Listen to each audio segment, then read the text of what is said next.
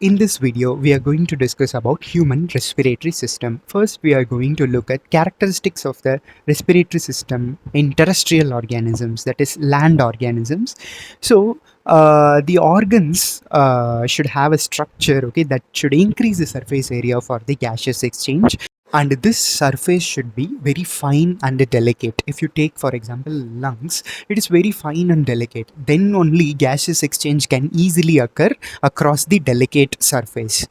Okay, and the next important characteristics is this respiratory organ should be protected very well, as it is very fine and delicate. It should be placed within the body. For example, if you take human beings, the lungs are protected very well. So, for example, on the bottom by the diaphragm, on the sides by rib cage, on the front by breastbone, and on the back by vertebral column. So here it is very well protected, and in the cavity called thoracic cavity, and there should be some passage from the outside to reach the lungs, so that the atmospheric air can get inside the lungs. And also there should be a mechanism for breathing, okay, so where it will enable the air from the atmosphere to get into the lungs. Human respiratory system. Air is taken into the body through nostrils. So this air will be passing through the nostrils. So you know that nostrils have the fine hairs and the mucus, so that will filter all the dust particles which are present in the air. Next, this air passes through the throat and then into the lungs. So you know that the trachea, okay, which is a windpipe, and the throat, they are made up of the rings of cartilage.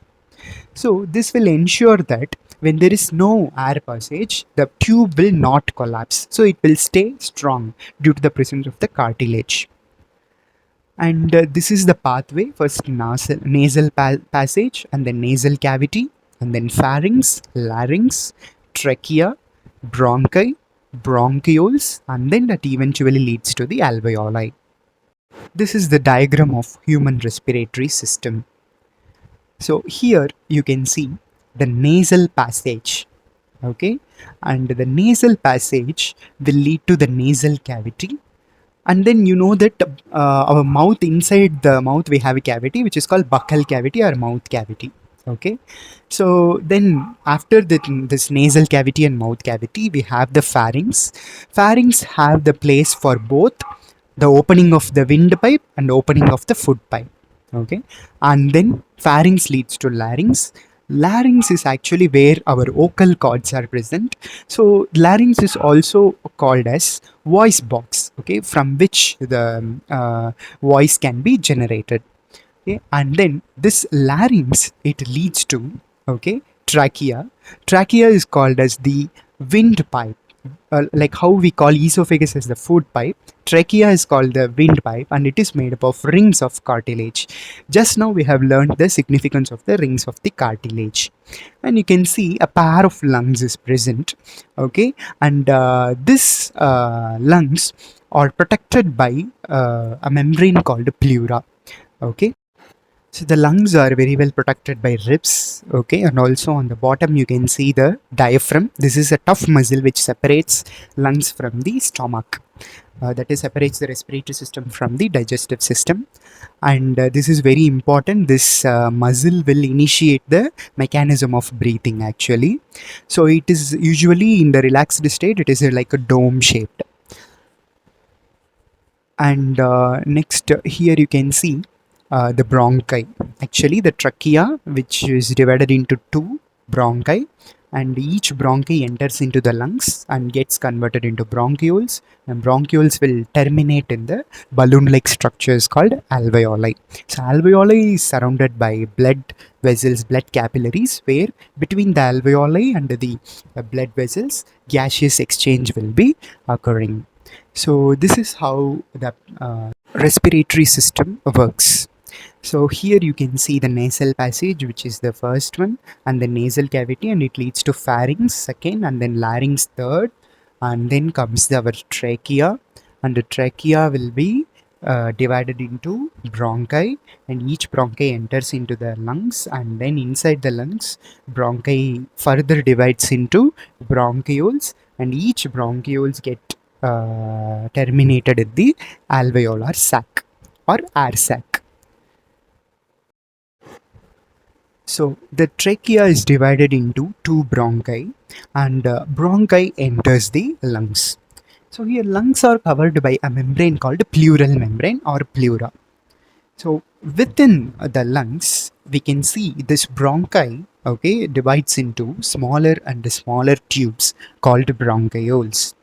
And these bronchioles will finally terminate in balloon-like structures called alveoli. There are millions of alveoli in each lungs, and this is also called as a structural and functional unit of the lungs, and where gaseous exchange occurs. So this alveoli walls will contain an extensive number of blood vessels to enable the gaseous exchange. So this small diagram shows the alveoli and the blood vessel.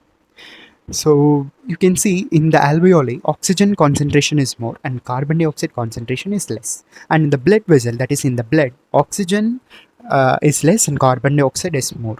So now, through diffusion, the gaseous exchange occurs. Oxygen from the alveoli enters into the blood, and carbon dioxide from the blood enters into the alveoli, and carbon dioxide is exhaled or removed from the body.